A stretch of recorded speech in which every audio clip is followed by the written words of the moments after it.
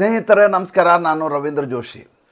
ನಿನ್ನೆ ತಾನೇ ದಿಲ್ಲಿಯ ಮುಖ್ಯಮಂತ್ರಿ ರೇಖಾ ಗುಪ್ತಾ ಅವರ ಆಷಾಢಭೂತಿತನದ ಬಗ್ಗೆ ಒಂದು ವಿಡಿಯೋ ಮಾಡಿದ್ವಿ ನಾವು.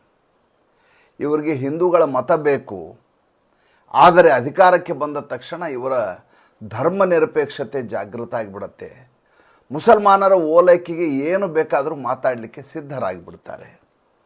ರಂಜಾನ್ನಲ್ಲಿ ರಾಮ ಇದ್ದಾನೆ, ದಿವಾಲಿನಲ್ಲಿ ಅಲಿ ಇದ್ದಾನೆ ಅಂತ ಇವರು ಘೋಷಣೆಗಳನ್ನು ಕೂಗ್ಲಿಕ್ಕೆ ಶುರು ಮಾಡ್ತಾರೆ. ಆದರೆ ಮುಂದೆ 24 ಗಂಟೆಗಳಲ್ಲಿ ಇವರ ಲೀಡರು, ಭಾರತೀಯ ಜನತಾ ಪಕ್ಷದ ಲೀಡರು, ನಮ್ಮ ದೇಶದ ಪ್ರಧಾನಮಂತ್ರಿ ಇಂಥದ್ದೊಂದು ಉಡುಗೊರೆಯನ್ನು ನಮಗೆ ಕೊಡ್ತಾರೆ ಹಿಂದೂಗಳಿಗೆ ಅಂತ ನಾನು ಅಂದ್ಕೊಂಡಿರಲಿಲ್ಲ. ಅವರು ಉಡುಗೊರೆಯನ್ನು ಮುಸಲ್ಮಾನರಿಗೆ ಕೊಟ್ಟಿದ್ದೇನೆ ಅಂತ ಅವರು ತಿಳ್ಕೊಂಡಿದ್ದಾರೆ. ಆದರೆ ಅವರು ಮಾಡಿರೋ ಕೆಲಸ ಹೇಗಿದೆ ಅಂದರೆ, ಈ ದೇಶದಲ್ಲಿರುವಂಥ ಮೌಲಾನಾಗಳಿದಾರಲ್ಲ, ಅವರು ತಮ್ಮ ಟೋಪಿಯ ಒಳಗಡೆ ಮುಸಿ ನಗಲಿಕ್ಕೆ ಶುರು ಮಾಡಿದ್ದಾರೆ. ಎಂಥ ದುರಂತ ಸ್ಥಿತಿ ಬಂತಲ್ರಿ ಭಾರತ ದೇಶದಲ್ಲಿ. ಬೇರೆ ಯಾರು ಬೇಕಾದರೂ ಈ ಕೆಲಸ ಮಾಡಿದ್ರೆ ನಂಗೆ ಅಚ್ಚರಿಯೇ ಆಗ್ತಿರಲಿಲ್ಲ. ಆದರೆ ನರೇಂದ್ರ ಮೋದಿ ಕೂಡ ಈ ರೀತಿಯಾದಂಥ ತುಷ್ಟೀಕರಣದ ರಾಜಕೀಯಕ್ಕೆ ಇಳಿದು ಬಿಡ್ತಾರೆ ಅಂತಂದರೆ ಅವಾಗ ಒಂದು ವಿಷಯ ನನಗೆ ಸ್ಪಷ್ಟ ಆಗಿ ಹೋಯಿತು. ರಾಜಕೀಯ ಪಕ್ಷಗಳನ್ನು ರಾಜಕಾರಣಿಗಳು ನಡೆಸ್ತಾರೆ. ರಾಜಕಾರಣಿಗಳು ರಾಜಕೀಯ ಮಾಡಲಿಕ್ಕಾಗಿ ರಾಜಕೀಯ ಪಕ್ಷಗಳನ್ನು ಮಾಡಿರ್ತಾರೆ. ರಾಜಕೀಯ ಪಕ್ಷದ ಉದ್ದೇಶವೇ ಅಧಿಕಾರವನ್ನು ಹಿಡಿಯುವುದು ಅನ್ನೋದು. 3 ದಿವಸ ನಾನು ಕಲ್ಕತ್ತಾದಲ್ಲಿದ್ದೆ. ಕಲ್ಕತ್ತಾದ ಸ್ಥಿತಿ ನೋಡಿ ನನಗೆ ಒಂದು ದೇಶದ ಒಂದು ರಾಜ್ಯ ಹೀಗೆಲ್ಲ ಇರಲಿಕ್ಕೆ ಸಾಧ್ಯವ ಅಂತ ಅನಿಸ್ಬಿಡ್ತು. ಇಡೀ ಕಲ್ಕತ್ತಾದಲ್ಲಿ ಎಲ್ಲಿಯೂ ಹಿಂದೂಗಳ ಪಳಿಯುಳಿಕೆಗಳೇ ಕಾಣೋದಿಲ್ಲ, ಕುರುಹುಗಳು ಕಾಣೋದಿಲ್ಲ, ಸಂಸ್ಕೃತಿ ಕಾಣೋದಿಲ್ಲ, ಪರಂಪರೆ ಕಾಣೋದಿಲ್ಲ, ಜೀವನ ಶೈಲಿ ಕಾಣೋದಿಲ್ಲ. ಯಾವ ಪ್ರದೇಶಕ್ಕೆ ಹೋದರೂ ಮುಸಲ್ಮಾನರ ತಾಂಡವ ನಡೀತಾ ಇರ್ತದೆ. ರಂಜಾನದ ರೋಜಾದ ಆರ್ಭಟ ಕಾಣಿಸ್ತಾ ಇರ್ತದೆ. ಹಗಲಿದ್ದಲ್ಲ ರಾತ್ರಿ ಆಗತ್ತೆ, ರಾತ್ರಿ ಇದ್ದದ್ದು ಹಗಲಾಗತ್ತೆ. ಇಡೀ ಊರಿನಾದ್ಯಂತ, ಕಲ್ಕತ್ತಾದ ಇಡೀ ನಗರದಾದ್ಯಂತ ರಂಜಾನ್ ಆಕ್ರಮಿಸಿಕೊಂಡು ಬಿಟ್ಟಿದೆ. ಒಂದು ಭಾರತ ದೇಶದ ನಗರ, ಮೆಟ್ರೋಪಾಲಿಟನ್ ನಗರ ಹೀಗೆಲ್ಲ ಆಗಲಿಕ್ಕೆ ಸಾಧ್ಯವಾ?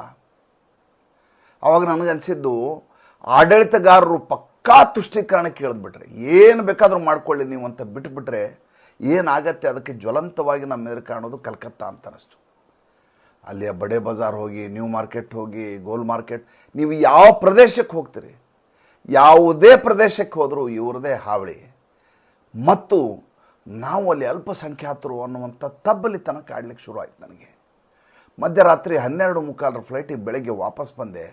ಬಂದ ಮೇಲೆ ಇದನ್ನೆಲ್ಲ ವಿದ್ಯಮಾನ ನೋಡಿದ ಮೇಲೆ ನನಗನ್ನಿಸ್ತು, ಇಡೀ ಭಾರತ ದೇಶ ಕಲ್ಕತ್ತಾ ಆದರೂ ಏನು ಅಚ್ಚರಿ ಪಡಬೇಕಾಗಿಲ್ಲ. ಏಕೆಂದರೆ ಯಾರು ನಮ್ಮ ಹಿಂದೂ ಧರ್ಮದ ಅಸ್ಮಿತೆ ಅಂತ ನಾನು ಅಂದ್ಕೊಂಡಿದ್ರು, ಅವರು ಕೂಡ ಈ ರೀತಿಯ ರಾಜಕಾರಣ ಮಾಡ್ತಾರೆ ಅಂತಂದರೆ ನಾವು ಇನ್ನೇನು ಮಾಡಲಿಕ್ಕೆ ಸಾಧ್ಯವೇ ಇಲ್ಲ ಅನ್ನುವಂಥ ಒಂದು ಅಸಹಾಯಕತೆ ನನ್ನನ್ನು ಕಾಡ್ಲಿಕ್ಕೆ ಶುರುವಾಯಿತು. ಇಷ್ಟೆಲ್ಲ ಯಾಕೆ ಪೀಠಿಕೆ ಹೇಳಿದೆ? ನರೇಂದ್ರ ಮೋದಿಯವರು ಸುಮಾರು 32 ಲಕ್ಷ ಮುಸಲ್ಮಾನರ ಕುಟುಂಬಕ್ಕೆ ಈಗ ಸೌಗಾತಿ ಮೋದಿ ಅನ್ನುವಂಥ ಉಡುಗೊರೆ ಕಿಟ್ಗಳನ್ನು ಕಳಿಸ್ತಾ ಇದ್ದಾರೆ. ದಿಲ್ಲಿಯ ನಿಜಾಮುದ್ದೀನ್ನಲ್ಲಿ ಈ ನಡ್ಡಾ ಅಂತ ಇದಲ್ಲ, ಆ ನಡ್ಡಾ ಎಲ್ಲರ ಮನೆಗೆ ಹಂಚಿಸುವ ಕೆಲಸವನ್ನು ಶುರು ಮಾಡಿದ್ದಾರೆ. ಸುಮಾರು 1 ಲಕ್ಷ ಕಾರ್ಯಕರ್ತರು 32,000 ಮಸೀದಿಗಳಿಗೆ ಹೋಗಿ ಈ ರೀತಿಯಾದಂಥ ಕಿಟ್ಗಳನ್ನು ಕೊಡುವ ಕೆಲಸ ಮಾಡಲಿಕ್ಕೆ ಶುರು ಮಾಡ್ತಾ ಇದ್ದಾರೆ. ನನಗೆ ದ್ವೇಷ ಅಲ್ಲ, ಯಾರಿಗೋ ಈ ಸರ್ಕಾರದಲ್ಲಿ ನಾವು ಕೊಡುವ ತೆರಿಗೆ ದುಡ್ಡು ನನಗೆ ವಾಪಸ್ ಬರಲಿ ಅಂತ ನಾನು ಸಿದ್ದರಾಮಯ್ಯ ಅವ್ರ ಥರ ಮಾತಾಡೋದಿಲ್ಲ. ನಾನು ಕಟ್ಟುವ ತೆರಿಗೆ ಏನಿದೆ ಅದು ಈ ದೇಶದ ಅಭಿವೃದ್ಧಿಗೆ ಬಳಕೆ ಆಗಲಿ ಅಂತ ಬಯಸಿ ನಾನು ತೆರಿಗೆ ಕಟ್ಟೋದು, ನನಗೇ ಲಾಭ ಆಗಲಿ ಅದರಿಂದ ಅಂತ ಅನ್ನೋ ಕಾರಣಕ್ಕಲ್ಲ. ನರೇಂದ್ರ ಮೋದಿಯವರು ಸೌಗಾತಿ ಮೋದಿ ಅಂತ ಇದೊಂದು ಸ್ಕೀಮನ್ನು ಶುರು ಮಾಡಿದ್ದಾರೆ. 10 ವರ್ಷಗಳವರೆಗೂ ಅವರಿಗೆ ಈ ರೀತಿ ಉಡುಗೊರೆ ಕೊಡಬೇಕು ಮುಸಲ್ಮಾನರಿಗೆ ಅಂತ ಅನಿಸ್ಲೇ ಇಲ್ಲ. 11ನೇ ವರ್ಷ ಈ ಬಾರಿಯ ರಂಜಾನ್ಗೆ ಅವ್ರಿಗೆ ಹಂಗೆ ಅನಿಸುತ್ತೆ. ಯಾವ ಸಂದರ್ಭದಲ್ಲಿ ಅನಿಸುತ್ತೆ ಅಂದರೆ, 30ನೇ ತಾರೀಕು ನಮ್ಮ ಹೊಸ ವರ್ಷ ಪ್ರಾರಂಭ ಆಗತ್ತೆ. ಯುಗಾದಿ ಹಬ್ಬ ಪರ್ವ, ನಮಗೆ ಯುಗದ ಆದಿ ಯುಗಾದಿ ಶುರು ಆಗತ್ತೆ. ಈ ದೇಶದಲ್ಲಿ ಭಾರತೀಯ ಜನತಾ ಪಕ್ಷದ ಪಾರ್ಟಿಯ ಸರ್ಕಾರ ಬರಲಿಕ್ಕೆ ಕಾರಣೀಭೂತ ಆದಂಥ ಈ ದೇಶದ ಬಹುಸಂಖ್ಯಾತರ ಹೊಸ ವರ್ಷದ ಆಚರಣೆ ಪ್ರಾರಂಭ ಆಗತ್ತೆ. ಅದಕ್ಕೆ ಈ ದೇಶದ ಪ್ರಧಾನಿಯ ಯಾವ ಉಡುಗೊರೆ ಇಲ್ಲ. ಆದರೆ ಅದರ ಮಾರನೇ ದಿವಸ 31ನೇ ತಾರೀಕು ಮಾರ್ಚ್ ಸೋಮವಾರ ದಿವಸ ರಂಜಾನ್ ಅನ್ನುವಂಥ ಹಬ್ಬ ಬರುತ್ತೆ. ಅವತ್ತು 32 ಲಕ್ಷ ಮುಸಲ್ಮಾನ ಕುಟುಂಬದವರಿಗೆ ಖರ್ಜೂರ ಹೋಗುತ್ತೆ, ಶಾವಿಗೆ ಹೋಗುತ್ತೆ, ಸಲ್ವಾರ್ ಕಮೀಜ್ ಹೋಗುತ್ತೆ, ಗಂಡಸರಿಗೆ ಬಟ್ಟೆ ಹೋಗುತ್ತೆ, ಧಾನ್ಯ ದವಸ ಧಾನ್ಯ ಎಣ್ಣೆ ಎಲ್ಲ ಹೋಗುತ್ತೆ, ಸಿಹಿ ತಿಂಡಿಗಳು ಹೋಗ್ತವೆ. ಹೇಗಿದೆ ನೋಡ್ರಿ ನಮ್ಮ ಸ್ಥಿತಿ, ಹೇಗಿದೆ ನೋಡಿ. 2 ರೀತಿಯಿಂದ ನಮ್ಮನ್ನು ಆಕ್ರಮಿಸ್ಕೊಂಡಿದ್ದಾರೆ ಮುಸಲ್ಮಾನರು. 2 ರೀತಿಯಿಂದ. ಒಂದು, ಉಳಿದ ಎಲ್ಲ ಮಾಧ್ಯಮಗಳ ಮೂಲಕ ಮುಸಲ್ಮಾನರ ಮೇಲೆ ದಬ್ಬಾಳಿಕೆ ನಡೀತಿದೆ ಅನ್ನುವಂಥ ಒಂದು ನರೇಟಿವನ್ನು ಸೃಷ್ಟಿ ಮಾಡುವ ಮೂಲಕ ಅನಿವಾರ್ಯವಾಗಿ ಅವರ ಪರವಾಗಿ ಮಾತನಾಡುವಂಥ ಸ್ಥಿತಿಯನ್ನು ನಿರ್ಮಾಣ ಮಾಡ್ತಾರೆ. 2ನೇದು ಯಾವ ರೀತಿ ಆಕ್ರಮಿಸ್ಕೊಂಡಿದ್ದಾರೆ ಅಂತಂದರೆ, ನಾವು ಯಾವುದೇ ಹಬ್ಬ ಮಾಡುವಾಗ ಮುಜುಗರ ಪಟ್ಕೋಬೇಕು, ನಾವು ಶೋಭಾಯಾತ್ರೆ ಮಾಡುವಾಗ ಎಲ್ಲಿ ಕಲ್ಲೇಟು ಬೀಳುತ್ತೋ ಅನ್ನುವಂಥ ಗಾಬರಿಯಲ್ಲಿರಬೇಕು, ಅಂಥದ್ದೊಂದು ಸ್ಥಿತಿಯನ್ನು ನಿರ್ಮಾಣ ಮಾಡ್ತಾರೆ. 2 ಕಡೆಯಿಂದ ನಮ್ಮ ಮೇಲೆ ದಾಳಿ ನಡೆಯುತ್ತೆ. ನನಗನ್ಸುತ್ತೆ ಮೊಘಲ್ ಸಾಮ್ರಾಜ್ಯ ಇತ್ತಲ್ಲ, ಅವಾಗ ಕೂಡ ಇಷ್ಟೆಲ್ಲ ಕಕ್ಕಾಬಿಕ್ಕಿ ಆಗಬೇಕಾದಂಥ ಅನಿವಾರ್ಯತೆ ಇರಲಿಲ್ವೇನೋ ಅಂತ ನನಗನ್ಸುತ್ತೆ. ಸಾಮ್ರಾಜ್ಯಶಾಹಿ ಧೋರಣೆ ಇತ್ತು, ಮತಾಂತರ ನಡೀತಾ ಇತ್ತು, ಎಲ್ಲ ಸರಿ. ಆದರೆ ಇದು ನಮ್ಮವರು ಅಂತ ಹೇಳಿದವ್ರು ನಮಗೆ ಬೆನ್ನಿಗೆ ಚೂರಿ ಹಾಕುವಂಥ ಸ್ಥಿತಿ ಅವತ್ತು ನಿರ್ಮಾಣ ಇರಲಿಲ್ವಲ್ಲ. ಎದುರುಗಡೆ ಇರೋನು ಶತ್ರು ಅಂತ ನಮ್ಗೆ ಗೊತ್ತಿತ್ತು. ಈತ ದಾಳಿಕೋರ, ಈತ ರೇಪಿಸ್ಟು, ಈತ ನಮ್ಮ ದೇವಸ್ಥಾನ ಹೊಡಿತಾನೆ, ಮೂರ್ತಿ ಭಂಜಕ, ಎಲ್ಲ ಗೊತ್ತಿದ್ದು ನಮ್ಮನ್ನು ನಾವು ರಕ್ಷಣೆ ಮಾಡ್ಕೊಳ್ಳಿಕ್ಕೆ ಭೂಮಿ ಒಳಗಡೆ, ಬಾವಿ ಒಳಗಡೆ ವಿಗ್ರಹಗಳನ್ನು ಅವಿತಿಡ್ತಿದ್ವಿ, ಹೆಣ್ಮಕ್ಳು ಮನೆಯಿಂದ ಹೊರಗೆ ಬರಲಾರ್ದಾಗ ನೋಡ್ಕೋತಿದ್ವಿ. ಈಗ ರಾಜಕಾರಣಿಗಳು ಛದ್ಮವೇಷಧಾರಿಗಳಿದಾರಲ್ಲ, ಇವ್ರು ನಾವು ಸಜ್ಜನರು ನಿಮ್ಮನ್ನು ಕಾಪಾಡ್ಲಿಕ್ಕೆ ಬಂದಿದ್ದೀವಿ ಅಂಥೇಳಿ ನಮ್ಗೆ ಚೂರಿ ಹಾಕ್ತಾರಲ್ಲ. ಇದ್ರ ಬಗ್ಗೆ ಏನು ಹೇಳ್ತೀರಿ ಹೇಳಿ ನನಗೆ. ಎಂಥ ದುರಂತ ಸ್ಥಿತಿ ನೋಡಿ ಭಾರತ ದೇಶದಲ್ಲಿ. ನರೇಂದ್ರ ಮೋದಿ ಬಂದ ಸಂದರ್ಭವನ್ನು ಆಲೋಚನೆ ಮಾಡಿಕೊಡು. ಗುಜರಾತ್ನಿಂದ ಬಂದರು. ನಾನು ಯಾವುದೋ ಒಂದು ವರ್ಗಕ್ಕೆ ಸೀಮಿತನಾದಂಥ ಮುಖ್ಯಮಂತ್ರಿ ಅಲ್ಲ, 6 ಕೋಟಿ ಗುಜರಾತಿಗಳ ಮುಖ್ಯಮಂತ್ರಿ ಅಂತ ಹೇಳಿದ್ರು ಅವತ್ತು. ಏನು ಖುಷಿ ನನಗಂತುವೆ. ಏನ್ರಿ ಮಾತಾಡ್ತಾರೆ ಮೋದಿ. ವಾಜಪೇಯಿ ಆದಮೇಲೆ ಯಾರು ಲೀಡ್ರೇ ಬರಲ್ಲ ಅಂದ್ಕೊಂಡಿದ್ದೀವಿ, ಅಂಥ ಲೀಡರ್ ಬಂದ್ಬಿಟ್ರು. ತಲೆ ಮೇಲೆ ಜಾಳಿಗೆ ಟೊಪ್ಪಿಗೆ ಹಾಕುವಂತ ಬಂದರು ಇವರು ಬಾಂಧವರು. ಹಾಕ್ಕೊಳ್ಳಂಗಿಲ್ಲ ಅಂದರು. ನಾನು ಯಾಕೆ ಹಾಕ್ಕೊಳ್ಳಿರಿ, ನನ್ನ ಧರ್ಮ ನನಗೇನು ಹೇಳುತ್ತಂದು ಹಾಕ್ಕೋತೀನಿ ಅಂತ. ನಿನ್ನೆ ರೇಖಾ ಗುಪ್ತಾ ಅವರ ಸಂಚಿಕೆಯಲ್ಲಿ ಆ ವಿಷಯವನ್ನು ಪ್ರಸ್ತಾಪ ಮಾಡಿದ್ದೆ ನಾನು. ಅಂದರೆ ತಾನು ಏನನ್ನು ನಂಬಿದ್ದೇನೋ ಅದನ್ನು ಪಾಲಿಸುತ್ತೇನೆ, ನಾನು ಏನನ್ನು ಪಾಲಿಸುತ್ತೇನೆ ಅದನ್ನು ಮುಜುಗರ ಇಲ್ಲದೆ ಹೇಳುತ್ತೇನೆ ಅನ್ನುವಂಥ ದಾರ್ಷ್ಟ್ಯವನ್ನು ಅವತ್ತು ನರೇಂದ್ರ ಮೋದಿ ಬಿಂಬಿಸಿದ್ರು. ಆದ್ದರಿಂದ ನಮಗೆ ಇವರು ದೊಡ್ಡ ಲೀಡರ್ ಆಗಿ ಕಾಣಿಸಿದ್ರು. ಮೋದಿ ಮಾಡುವ ಪ್ರತಿಯೊಂದು ಕೆಲಸದಲ್ಲಿ ನಾವು ಸೂಕ್ಷ್ಮವಾಗಿ ಅವಲೋಕನೆ ಮಾಡಿ ಎಂಥ ಮಹತ್ತರವಾದ ಕೆಲಸ ಮಾಡಿದ್ದಾರೆ ಅಂತ ನಾವೆಲ್ಲ ಕೊಂಡಾಡಿದ್ದೇವೆ. ನಮ್ಮ ಆಲೋಚನಾ ಶೈಲಿ ಎಲ್ಲಿಗೆ ನಿಲ್ಲುತ್ತೋ ಅಲ್ಲಿ ಆ ಬಿಂದುವಿನಿಂದ ಅವರ ಆಲೋಚನಾ ಶೈಲಿ ಶುರುವಾಗತ್ತೆ ಅಂತ ಎಷ್ಟೋ ಸಲ ಕೊಂಡಾಡಿದ್ದೇವೆ ಅವ್ರನ್ನ. ಆದರೆ ಈಗ 32 ಲಕ್ಷ ಮುಸಲ್ಮಾನ ಕುಟುಂಬದವರಿಗೆ 500-600 ರೂಪಾಯಿ ಗಿಫ್ಟ್ ಕೊಡೋ ಮೂಲಕ ಇವರು ಒಬ್ಬ ರಾಜಕಾರಣಿಯವರು ಅಂತ ಅನಿಸ್ಬಿಡ್ತು. ಯಾರೋ ಒಬ್ಬ ರಾಜಕೀಯ ವಿಶ್ಲೇಷಕ ಹೇಳಿದರು, ಕಾಲಾಂತರದಲ್ಲಿ ಕಾಂಗ್ರೆಸ್ ಪಕ್ಷ ಇಂಡಿಯನ್ ಯೂನಿಯನ್ ಮುಸ್ಲಿಂ ಲೀಗ್ ಆಗತ್ತೆ, ಮುಸ್ಲಿಂ ಲೀಗ್ ಪಕ್ಷವಾಗಿ ಪರಿವರ್ತಿತ ಆಗತ್ತೆ, ಭಾರತೀಯ ಜನತಾ ಪಾರ್ಟಿ ಕಾಂಗ್ರೆಸ್ ಆಗತ್ತೆ ಅಂತ. ಹಂಗೆ ಹೇಳಿದಾಗ ನಾನು ನಂಬಿದ್ದಿಲ್ಲ. ಮೊನ್ನೆ ಮಹಾರಾಷ್ಟ್ರದಲ್ಲಿ ಒಂದು ಇಫ್ತಿಯಾರ್ ಕೂಟ ಆಯಿತು. ಆ ಇಫ್ತಿಯಾರ್ ಕೂಟದಲ್ಲಿ ಅಜಿತ್ ಪವಾರ್ ಹೋಗಿದ್ದ. ತಲೆ ಮೇಲೆ ಜಾಳಿಗೆ ಟೊಪ್ಪಿ ಹಾಕ್ಕೊಂಡಿದ್ದ, ಹೆಗಲ ಮೇಲೆ ಅವ್ರದ್ದು ಚೌಕಡಿದ ಒಂದು ಟವಲ್ ಇರುತ್ತೆ, ಟವಲ್ ಹಾಕ್ಕೊಂಡಿದ್ದ. ಮುಸಲ್ಮಾನರನ್ನ ಯಾರಾದರೂ ಕಣ್ಣೆತ್ತು ನೋಡಲಿ ಅವ್ರ ಕಣ್ಣು ಗುಡ್ಡೆ ಕಿತ್ತಾಕ್ತೀನಿ, ಕೈ ಮುರಿದು ಹಾಕ್ತೀನಿ ಅಂತ ಹೇಳ್ದ. ಆತ ಭಾರತೀಯ ಜನತಾ ಪಾರ್ಟಿಯ ಪಾಲುದಾರ. ಅಷ್ಟೇ ಅಲ್ಲ, ಡೆಪ್ಯೂಟಿ ಚೀಫ್ ಮಿನಿಸ್ಟರ್, ಅಷ್ಟೇ ಅಲ್ಲ, ಫೈನಾನ್ಸ್ ಮಿನಿಸ್ಟರ್. ನಾವು ಅದನ್ನು ಒಪ್ಕೊಂಡ್ವಿ, ಒಗ್ಗಿ ಹೋದ್ವಿ. ಯಾಕೆಂದರೆ ಸರ್ಕಾರವನ್ನು ರಚಿಸಬೇಕಲ್ಲ. ಇಲ್ಲದೆ ಹೋದರೆ ಏಕನಾಥ್ ಶಿಂದೆ ಆಟಾಟೋಪವನ್ನು ತಡ್ಕೊಳ್ಳಿಕ್ಕೆ ನರೇಂದ್ರ ಮೋದಿ ಅವ್ರಿಗೆ ಆಗಲ್ಲ, ಅಮಿತ್ ಶಾ ಅವ್ರಿಗೆ ಆಗಲ್ಲ. ಆದ್ದರಿಂದ ಒಬ್ಬ ರಾಕ್ಷಸನೆದುರಿಗೆ ಇನ್ನೊಬ್ಬ ರಾಕ್ಷಸನನ್ನು ನಿಲ್ಲಿಸಿದಾಗ ಒಬ್ಬ ರಾಕ್ಷಸ ದುರ್ಬಲ ಆಗ್ತಾನೆ, ಇನ್ನೊಬ್ಬ ರಾಕ್ಷಸ ಆಟಾಟೋಪ ಮಾಡೋದು ಕಡಿಮೆ ಆಗುತ್ತೆ, ಸರ್ಕಾರ ಇರುತ್ತೆ ಅಂತ. ಆದರೆ ಈಗ ಇದಕ್ಕೂ ಬಹಳಷ್ಟು ವಿಶ್ಲೇಷಣೆ ಮಾಡ್ತಾ ಇದ್ದಾರೆ. ನರೇಂದ್ರ ಮೋದಿ ಅವರ ಸೌಗಾತಿಯ ಮೋದಿ ಅಂತ ಇದೆಯಲ್ಲ, 32 ಲಕ್ಷ ಮುಸಲ್ಮಾನ ಕುಟುಂಬಗಳಿಗೆ ದೇಶಾದ್ಯಂತ ಉಡುಗೊರೆಯನ್ನು ಕೊಡುವಂಥ ಈ ದೊಡ್ಡ ಅಭಿಯಾನ ಇದೆಯಲ್ಲ, ಇದರ ಹಿಂದೆ ಸ್ಟ್ರಾಟಜಿ ಇದೆ. ನನಗೆ ನಗು ಬಂತು. ಇಂಥ ಸ್ಟ್ರಾಟಜಿ ಮಾಡಿ ಹಿಂದೂಗಳನ್ನ ದಯವಿಟ್ಟು ಉದ್ಧಾರ ಮಾಡಿಬೇಡ್ರಿ ನೀವು ಅಂತ. ಏನು ಸ್ಟ್ರಾಟಜಿ? ಇಲ್ಲ, ವಕ್ಫ್ ಆ್ಯಕ್ಟು ತಿದ್ದುಪಡಿ ಶುರುವಾಗತ್ತೆ ನಾಡಿದ್ದು. ಈ ರಂಜಾನ್ ಆದ ಮಾರನೇ ದಿವಸದಿಂದ ಏಪ್ರಿಲ್ 4ರವರೆಗೂ ಇರೋದಲ್ವಾ, 31ಕ್ಕೆ ಸೋಮವಾರ ದಿವಸ ರಂಜಾನ್ ಹಬ್ಬ ಆಗಿಬಿಡುತ್ತೆ. 1, 2, 3ನೇ ತಾರೀಕು ಸುಮಾರಿಗೆ ವಕ್ಫ್ ಕಾಯ್ದೆ ತಿದ್ದುಪಡಿ ಇಡ್ತಾರೆ. ಅವಾಗ ಮುಸಲ್ಮಾನರೆಲ್ಲ ಸಂತುಷ್ಟ ಆಗಿಬಿಟ್ಟಿರ್ತಾರೆ, ಉಡುಗೊರೆ ಕೊಟ್ಟಿದ್ದಾರೆ ನರೇಂದ್ರ ಮೋದಿ ಅಂತ. ಆದ್ದರಿಂದ ಅವರು ಬೀದಿಗಿಳಿದು ಹೋರಾಟ ಮಾಡೋಲ್ಲ, ಶಾಹೀನ್ ಬಾಗ್ ರೀತಿಯ ಗಲಾಟೆ ಆಗೋದಿಲ್ಲ. ಅದನ್ನೆಲ್ಲ ಲೆಕ್ಕಾಚಾರ ಮಾಡಿ ತಂತ್ರಗಾರಿಕೆಯನ್ನು ಮಾಡಿದ್ದಾರೆ ನರೇಂದ್ರ ಮೋದಿ. ನನಗೆ ನಗು ಬಂತು. ಅಲ್ರಿ, ನೀವು ಅನುಮತಿಯೇ ಇಲ್ಲದೆ, ಆಮಂತ್ರಣವೇ ಇಲ್ಲದೆ, ಹೇಳದೆ ಕೇಳದೆ ಪಾಕಿಸ್ತಾನಕ್ಕೆ ಹೋಗಿ ನವಾಜ್ ಶರೀಫ್ ಅವ್ರ ತಾಯಿಗೆ ಶಾಲು ಹಚ್ಚಿ ನಮಸ್ಕಾರ ಮಾಡಿ ನಮ್ಮ ಅಜ್ಜಿ ನಮ್ಮಮ್ಮ ಇದ್ದಂಗೆ ನೀನು ಅಂತ ಹೇಳಿ ಬಂದು ಮಾರನೇ ದಿವಸ ನಿಮಗೆ ದಾಳಿ ಮಾಡಿದ್ರು ಅವರು. ನಿಮ್ಮದೇ ಅಟಲ್ ಬಿಹಾರಿ ವಾಜಪೇಯಿ ಅಮನ್ ಯಾತ್ರಾ ಅಂಥೇಳಿ ವಾಘಾ ಬಾರ್ಡ್ರಿಂದ ಬಸ್ ಹತ್ಕೊಂಡೋಗಿ ನಮಗೆಲ್ಲ ಟಾಟಾ ಮಾಡಿ ವಾಪಸ್ ಬರೋದ್ರೊಳಗೆ ಯುದ್ಧ ಮಾಡಿದಂಥ ಜನ ಇವರು. ನಿಮಗೆ ನಿಷ್ಠರಾಗಿರ್ತಾರನ್ರಿ. ಈ ದೇಶದ ಎಲ್ಲ ಸವಲತ್ತುಗಳನ್ನು ಯಾರಾದರೂ ಪಡೆದಿದ್ರೆ ಅದು ಮುಸಲ್ಮಾನರು ಮತ್ತು ಮುಸಲ್ಮಾನರು ಮಾತ್ರ. ಯಾವುದೇ ಸ್ಕೀಮ್ ತಗೊಳ್ಳಿ. ಮೊನ್ನೆ ಚುನಾವಣೆಯ ಸಂದರ್ಭದಲ್ಲಿ ನಾಂದೇಡ್ನಲ್ಲಿ ಒಬ್ಬ ಮತದಾರರನ್ನು ಪ್ರಶ್ನೆ ಕೇಳ್ತಾರೆ, ಯಾರಿಗೆ ಮತ ಹಾಕ್ತೀಯ ಅಂತ.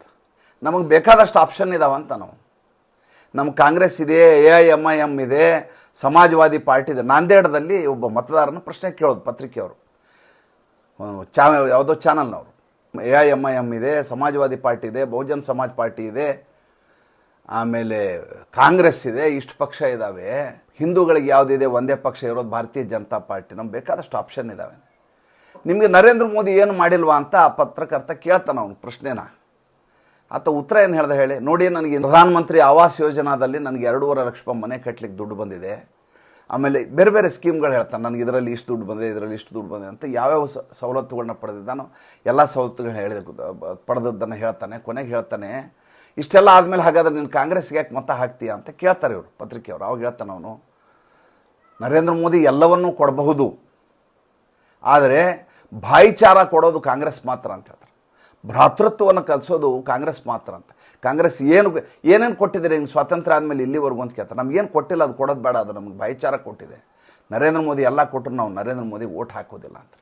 ಒಂದು 3-4 ಹುಡುಗರು ಇಂಟರ್ವ್ಯೂ ಮಾಡ್ತಾರೆ. ಹುಡುಗರು ಹೇಳ್ತಾರೆ, ಗಲಿ ಗಲಿ ಮೇ ಶೋರ್ ಹೈ, ನರೇಂದ್ರ ಮೋದಿ ಚೋರ್ ಹೈ ಅಂತ ಕೂಗ್ತಾವ ಹುಡುಗರು. ಸಣ್ಣ ಹುಡುಗರು ಸಣ್ಣಂದಿರ್ತ ಟ್ರೈನಿಂಗ್ ಕೊಡ್ತಾರೆ.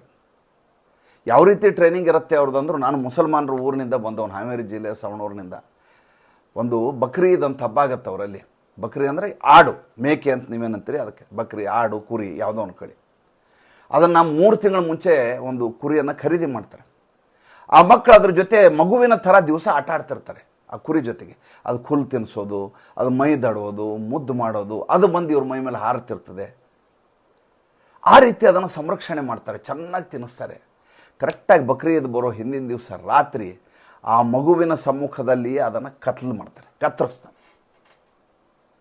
ಆ ಮಗು ಹೋ ಅಂತ ಕಿರ್ಚತ್ತೆ, ರಕ್ತ ಹಿಂಗೆ ಚಿಲ್ ಅಂತ ಹರಿದ ತಕ್ಷಣ ಆ ಮಗುಗೆ ಬೇಜಾರಾಗಲ್ಲ. ನಾನು ಇಷ್ಟು ದಿವಸ ಇದ್ರ ಜೊತೆ ಆಟ ಆಡಿದೆ, ಈಗ ಸತ್ತೋಯ್ತಲ್ಲ ಇದು ಅಂತ ಅದಕ್ಕೆ ಬೇಜಾರಿಲ್ಲ. ಒಂದು ಆಟ, ಅದಕ್ಕೆ ರಣಾಂಗಣದಲ್ಲಿ ಯುದ್ಧವನ್ನು ಆಡಿದ ರೀತಿಯಲ್ಲಿ, ಯುದ್ಧದಲ್ಲಿರೋ ರುಂಡವನ್ನು ಚಂಡಾಡಿದ ರೀತಿಯಲ್ಲಿ ಆ ಮಗು ಕೇಕೆ ಹಾಕಿ ನಗ್ತಾ ಇರ್ತದೆ. ಇದನ್ನು ಒಂದಲ್ಲ, ನನ್ನ ಇಡೀ ಬಾಲ್ಯದಿಂದ ಯೌವನದವರೆಗೂ ನೋಡ್ಕೊಂಡು ಬೆಳೆದು ಬಂದವು ನಾನು. ನನ್ನ ಮನೆ ಹಿಂದೆ ಮುಂದೆ ಎಡಕ್ಕೆ ಬಲಕ್ಕೆ ಎಲ್ಲ ಕಡೆ ಮುಸಲ್ಮಾನರಿದ್ದಂಥ ಊರಲ್ಲಿ ಬಂದವನು. ಭಾಳ ದೂರ ಹೋಗ್ಬೇಡ್ರಿ. ನೂಪುರ್ ಶರ್ಮಾ ಪ್ರಕರಣ ತಗೊಳ್ಳಿ. ನೂಪುರ್ ಶರ್ಮಾ ಪ್ರಕರಣದಲ್ಲಿ ಆ ಮೆಡಿಕಲ್ ಸ್ಟೋರ್ ಓನರ್ನ ಕೊಲೆ ಮಾಡಿದ್ನಲ್ಲ, ಕೊಲೆ ಮಾಡುವಾಗ ಮೆಡಿಕಲ್ ಸ್ಟೋರ್ ಓನರ್ನ ಫ್ರೆಂಡು ಮುಸಲ್ಮಾನ. ಆತ ಫೋನ್ ಮಾಡಿ ಹೇಳ್ತಾನೆ, ಅಂಗಡಿ ಬಾಗಿಲು ಹಾಕಿದ ಇವನು ಕೊಲೆ ಮಾಡಿಗ ಅಂತ. ಸ್ಕೂಟರ್ ಮೇಲೆ ಅವನ ಫ್ರೆಂಡ್ ಇಬ್ಬರು ಹೋಗ್ತಾ ಇರ್ತಾರೆ ಅಕ್ಕಪಕ್ಕ. ಬಂದು ಇನ್ನೊಬ್ಬ ಬಂದು ಕೊಲೆ ಮಾಡ್ತಾನೆ. ಯಾರು 1 ಲಕ್ಷ ಸಾಲ ಕೊಡಿಸಿರ್ತಾನೆ ಈತ. ಹಿಂದೂ ಆ ಮುಸಲ್ಮಾನನಿಗೆ 1 ಲಕ್ಷ ರೂಪಾಯಿ ಸಾಲವನ್ನು ಕೊಡಿಸಿರ್ತಾನೆ. ಸಾಲವನ್ನು ಪಡೆದ ವ್ಯಕ್ತಿ ತನ್ನ ಯಾರು ಈ ಕೊಲೆ ಮಾಡೋನಿದ್ದಾನೆ ಅವನಿಗೆ ಫೋನ್ ಮಾಡಿ ಹೇಳ್ತಾನೆ, ಇಲ್ಲಿ ಬಂದ ಈಗ ಅಂಗಡಿ ಬಾಗಿಲು ಹಾಕಿದ, ಕತ್ತರಿಸೋನಂತ. ಜಿಹಾದ್ ಅನ್ನೋದು ಅವರ ಧರ್ಮದಲ್ಲಿ ಇರುವಂಥ ಮೂಲ ದ್ರವ್ಯ. ಅವರು ನಿಷ್ಠರಾಗಿರ್ಲಿಕ್ಕೆ ಸಾಧ್ಯವಿಲ್ಲ ಅಂತ ಅಂಬೇಡ್ಕರ್ ಹೇಳಿದ್ದಾರೆ, ನಾನು ಹೇಳ್ತಾ ಇಲ್ಲ. ಮುಸಲ್ಮಾನರು ಆಯಾ ದೇಶಕ್ಕೆ ಎಂದೂ ನಿಷ್ಠರಾಗಿರ್ಲಿಕ್ಕೆ ಸಾಧ್ಯ ಇಲ್ಲ ಅಂತ ಹೇಳಿದ್ದಾರೆ. ಇದನ್ನು ಯಾರೂ ಹೇಳೋದೇ ಇಲ್ಲ. ಹಾಗಾದರೆ ನರೇಂದ್ರ ಮೋದಿಗೆ ಇದೆಲ್ಲ ಗೊತ್ತಿಲ್ವಾ? ನಮಗಿಂತ ದಡ್ರ ಅವರು? ನನಗದು ಗೊತ್ತಿಲ್ಲ. ಒಂದು ಕಾಲಕ್ಕೆ ಅಟಲ್ ಬಿಹಾರಿ ವಾಜಪೇಯಿ ಹೇಳ್ತಾ ಇದ್ರು, ನರೇಂದ್ರ ಮೋದಿ ರಾಜಧರ್ಮವನ್ನು ಪಾಲಿಸಿಲ್ಲ ಅಂತ. 13 ದಿವಸ ಸರ್ಕಾರ ಮಾಡಿ ಬಿದ್ದೋಯ್ತು ಅವ್ರದ್ದು. ಆಮೇಲೆ ಮತ್ತೊಂದು ಸಲ ಆಯ್ಕೆ ಆದರು. ಇವರೆಲ್ಲ ಅಲ್ಲಿ ಹೋಗಿ ಗದ್ದುಗೆಯ ಮೇಲೆ ಕೂತ ತಕ್ಷಣ ಇವ್ರಿಗಿದ್ದಕ್ಕಿದ್ದ ಹಾಗೆ ಭ್ರಾತೃತ್ವ ನೆನಪಾಗಿಬಿಡುತ್ತೆ. ನಾನು ಈ ದೇಶದ ಪ್ರಧಾನಮಂತ್ರಿ, ನಾನು ಎಲ್ಲರಿಗೂ ಸರಿಸಮನಾಗಿ ಎಲ್ಲವನ್ನ ಮಾಡಬೇಕು. ಯಾರು ಹೆಚ್ಚು ಆಳ್ತಾ ಇದ್ದಾರೆ ಅವ್ರಿಗೆ ಹೆಚ್ಚು ಸಂತುಷ್ಟಿಗೊಳಿಸಬೇಕು. ಹಾಗೆ ಮಾಡುವ ಮೂಲಕ ಉಳಿದ ರಾಷ್ಟ್ರದ ಪ್ರಧಾನಮಂತ್ರಿಗಳು ಮತ್ತು ಅಧ್ಯಕ್ಷರು ನನ್ನನ್ನು ವಾಹ್ವಾ ವಾಹ್ವಾ ಅಂತ ಕರಿಬೇಕು. ಈ ಎಲ್ಲ ಭ್ರಮೆಗಳಿಂದ ಇವರೆಲ್ಲ ಆವೃತಗೊಂಡಿರ್ತಾರೆ. ಇದರಿಂದ ನರೇಂದ್ರ ಮೋದಿ ಹೊರತಲ್ಲ ಅಂತ ಈಗ ನನಗೆ ಈ ಸೌಗಾತಿ ಮೋದಿ ಅನ್ನುವಂಥ ಈ ಖರ್ಜೂರದ ಡಬ್ಬಿಯನ್ನು ನೋಡಿದಾಗ, ಶಾವಿಗೆ ಪೆಟ್ಟಿಗೆಯನ್ನು ಕೊಡ್ತಾ ಇರೋದು ನೋಡಿದಾಗ ನನಗೆ ಭಾಳ ದುಃಖ ಆಯಿತು. ಇಷ್ಟು ವರ್ಷ ಇವ್ರನ್ನ ಎಷ್ಟು ನಂಬಿಬಿಟ್ಟಿದ್ನಲ್ಲ ನಾನು. ನರೇಂದ್ರ ಮೋದಿ ದುಷ್ಟ ಅಲ್ಲ, ನರೇಂದ್ರ ಮೋದಿ ನೀಚ ಅಲ್ಲ, ನರೇಂದ್ರ ಮೋದಿ ದುರುಳಲ್ಲ, ನರೇಂದ್ರ ಮೋದಿ ಸ್ವಾರ್ಥಿ ಅಲ್ಲ, ನರೇಂದ್ರ ಮೋದಿ ಆಸ್ತಿ ಮಾಡಬೇಕು ಅಂತ ರಾಜಕಾರಣಕ್ಕೆ ಬಂದವರಲ್ಲ, ದೇಶಕ್ಕಾಗಿ ಬಂದವರು. ಆದ್ದರಿಂದ ಅವ್ರ ಬಗ್ಗೆ ನಿರೀಕ್ಷೆ ಜಾಸ್ತಿ ನಮಗೆ. ಈಗ ರಾಹುಲ್ ಗಾಂಧಿ ಕೆಲಸ ಮಾಡಿ ನಮಗೇನು ಅನ್ಸೋದೇ ಇಲ್ಲ ರೀ. ನಾ ಕಲ್ಕತ್ತಾದಲ್ಲಿ 3-4 ದಿವಸ ಇದ್ದೆಪ್ಪ, 3 ದಿವಸ. ಮಮತಾ ಬೇಗಂ ಯೋಚನೆನೇ ಈ ರೀತಿಯ ರಾಜಕಾರಣ, ನಮಗೇನು ವ್ಯತ್ಯಾಸ ಆಗೋದಿಲ್ಲ. ಸಿದ್ದರಾಮಯ್ಯ ಮುಸಲ್ಮಾನರಿಗೆ ಶಾದಿ ಮಾಡ್ಕೊಳ್ಳಿಕ್ಕೆ 50,000 ಕೊಡ್ತೀನಿ ಅಂತಾರೆ, ತಲೆ ಮೇಲೆ ಟೊಪ್ಪಿಗೆ ಹಾಕೋತಾರೆ, ಚೌಕಡಿ ಟವಲ್ ಹಾಕೋತಾರೆ ಮೇಲೆ, ಇಫ್ತಿಯಾರ್ ಕೂಟಕ್ಕೆ ಹೋಗ್ತಾರೆ. DK ಶಿವಕುಮಾರ್ ಅವ್ರು ನಮ್ಮ ಬ್ರದರ್ಸ್ ಅಂತಾರೆ, ಕಲ್ತೂರಾಟ ಮಾಡಿದರೆ ಸಣ್ಣವ್ರಿದ್ದಾರೆ ಹೊಡೆದಾರ ಬಿಡ್ರಿ ಅಂತಾರೆ. ಅವ್ರು ಇರೋದೇ ಹಾಗೆ ಅಂತ ನಮ್ಗೆ ಗೊತ್ತಿದೆ, ಆದ್ದರಿಂದ ನಮ್ಗೆ ನೋವಾಗೋದಿಲ್ಲ. ನರೇಂದ್ರ ಮೋದಿ ಅಂತ ವ್ಯಕ್ತಿ ಈ ರೀತಿ ರಾಜಕಾರಣ ಮಾಡಿದಾಗ ಭಾಳ ದುಃಖ ಆಗತ್ತೆ. ಏಕೆಂದರೆ ನಮ್ಮ ಎದುರುಗಡೆ ಬೇರೆ ಆ ರೀತಿಯಾದಂಥ ಸಾದೃಶ್ಯ ಸ್ವರೂಪಗಳನ್ನ ಬೇರೆ ಯಾವ ಸಿಗ್ತಾ ಇಲ್ವಲ್ಲ. ಇನ್ನೊಬ್ಬ ಆ ರೀತಿಯ ವ್ಯಕ್ತಿ ಇದ್ದಿದ್ರೆ ಹೌದಪ್ಪ, ಇವನಿಲ್ಲ ಇನ್ನೊಬ್ಬ ಇದ್ದಾನೆ, ಯಾರು ನಮ್ಗೆ ಕಾಣಿಸ್ತಾನೆ ಇಲ್ಲ. ನಾವು ಹಿಂದೂಗಳು ಬಹುಸಂಖ್ಯಾತರಿರಬಹುದು, ಕಗ್ಗತ್ತಲ ಖಂಡದಲ್ಲಿ ನಾವಿದ್ದೇವೆ, ನಮ್ಮನ್ನು ರಕ್ಷಣೆ ಮಾಡಲಿಕ್ಕೆ ಯಾರೂ ಇಲ್ಲ. ಆ ಮುಸಲ್ಮಾನ ನಾಂದೇಡದಲ್ಲಿ ಹೇಳಿದ್ದು ಏನೂ ಸುಳ್ಳಲ್ಲ. ನಮ್ಮ ಬೇರೆ ಆಪ್ಷನ್ನೇ ಇಲ್ಲ ರೀ. ಇವ್ರನ್ನ ಅಡ್ಜಸ್ಟ್ ಮಾಡ್ಕೋಬೇಕು, ಅಡ್ಜಸ್ಟ್ ಮಾಡಿಕೊಂಡೇ ನಾವು ಜೀವನ ಮಾಡಬೇಕು. ರಾಜಕಾರಣದ ಹೊರತಾಗಿ ನಾನು ಬದುಕ್ತೀನಿ ಅಂತ ಜನಸಾಮಾನ್ಯರು ನಾವು ಅಂದ್ಕೊಂಡಿರ್ತೀವಿ. ಆದರೆ ನಮ್ಮ ಬದುಕಿನಲ್ಲಿ ರಾಜಕಾರಣ ನಮಗೆ ಗೊತ್ತಿಲ್ಲದೆ ಪರೋಕ್ಷವಾಗಿ ನಮ್ಮ ಮೇಲೆ ಅದರದ ಎಫೆಕ್ಟ್ ಆಗ್ತಾ ಇರುತ್ತೆ ಎಲ್ಲ ವಿಷಯದಲ್ಲಿ. ಈಗ ಇಷ್ಟು ದುಡ್ಡು ಖರ್ಚು ಮಾಡ್ತಾ ಇದ್ದಾರಲ್ಲ, ಇಷ್ಟು ದುಡ್ಡು ಖರ್ಚು ಮಾಡಿ ಯಾವುದೋ ದೇಶದ ಅಭಿವೃದ್ಧಿಗೆ ಅಲ್ವಲ್ಲ ಇದು, ಯಾರನ್ನೂ ಖುಷಿ ಪಡಿಸಕ್ಕೆ ತಾನೇ ಇದು. ಈಗ ಒಂದು ವೇಳೆ ನೀವು ದುಡ್ಡು ಕೊಡಲಿದ್ರೆ ಏನು ಹಬ್ಬ ಮಾಡೋದು ನಿಂತು ಹೋಗ್ತಿರ್ತ ಅವ್ರದ್ದು. ಅವರ ರಂಜಾನ್ ತಿಂಗಳಲ್ಲಿ ಇರುವಂಥ ಮೂಲ ದ್ರವ್ಯ ಏನು ಅಂದರೆ ಅವರು ದಾನ ಮಾಡಬೇಕು ಅಂತಿರೋದು. ದನ ಕಡಿದ್ರೆ ದನದ ಮಾಂಸವನ್ನು ಕೊಡಬೇಕು, ಬೇರೆ ದುಡ್ಡಿದ್ರೆ ಬಟ್ಟೆ ಕೊಡ್ಲಿಕ್ಕೆ ಕೊಡಬೇಕು. ಈ ರೀತಿಯದಾದಂಥ ಅವರು ಒಂದು ತಿಂಗಳ ಆಚರಣೆ ಇರೋದು.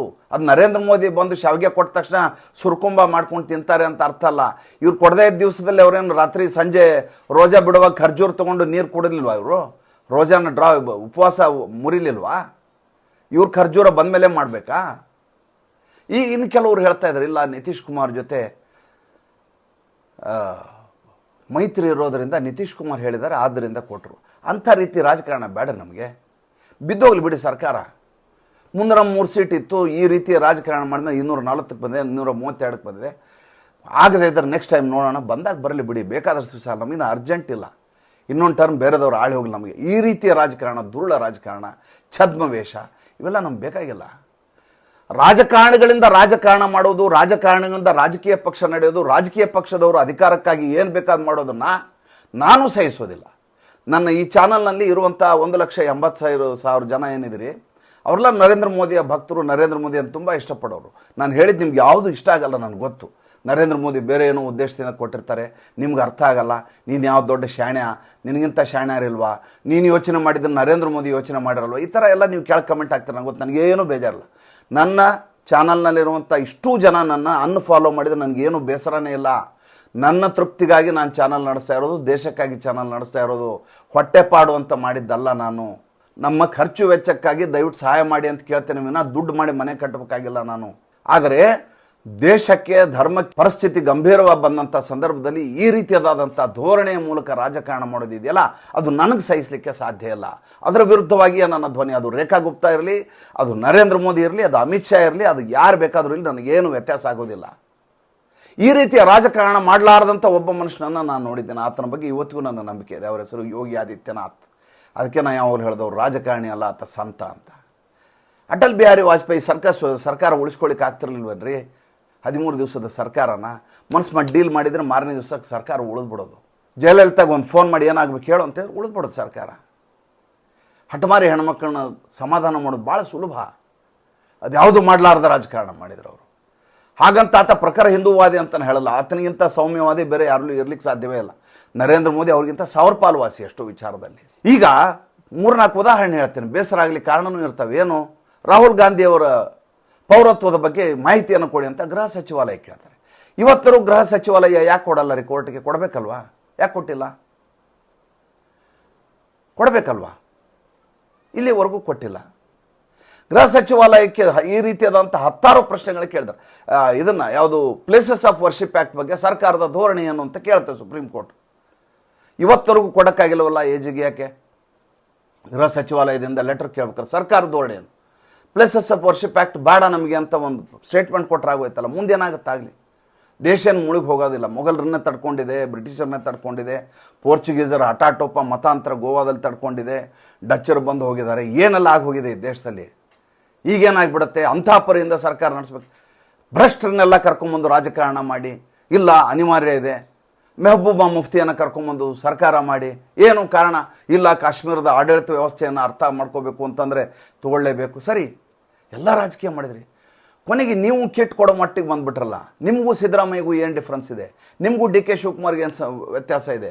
ನಿಮಗೂ ಸೋನಿಯಾ ಗಾಂಧಿ, ರಾಹುಲ್ ಗಾಂಧಿ, ಅಖಿಲೇಶ್ ಯಾದವ್, ನಿಮಗೂ ಅವ್ರಿಗೂ ಏನು ವ್ಯತ್ಯಾಸ ಇದೆ ಹೇಳಿ ನನಗೆ. ಸಂಚಿಕೆ ಇಷ್ಟ ಆಗೋದಿಲ್ಲ ನಿಮಗೆ ನನಗೆ ಗೊತ್ತು. ಆದರೆ ನಾನು ಹೇಳುವುದನ್ನು ಹೇಳೋನೆ. ಮತ್ತೆ ಮುಂದಿನ ಸಂಚಿಕೆಯಲ್ಲಿ ಮಾತಾಡ್ತೀನಿ. ಸಂಚಿಕೆ ಇಷ್ಟ ಆಗಿದ್ದರೆ ಲೈಕ್ ಮಾಡಿ, ಫಾಲೋ ಮಾಡಿ, ಶೇರ್ ಮಾಡಿ. ದಯವಿಟ್ಟು ನಮ್ಮ ಮುಕ್ತ ಪತ್ರಿಕೋದ್ಯಮಕ್ಕೆ ಆರ್ಥಿಕವಾಗಿ ಬೆಂಗಾವಲಾಗಿ ನಮಸ್ಕಾರ.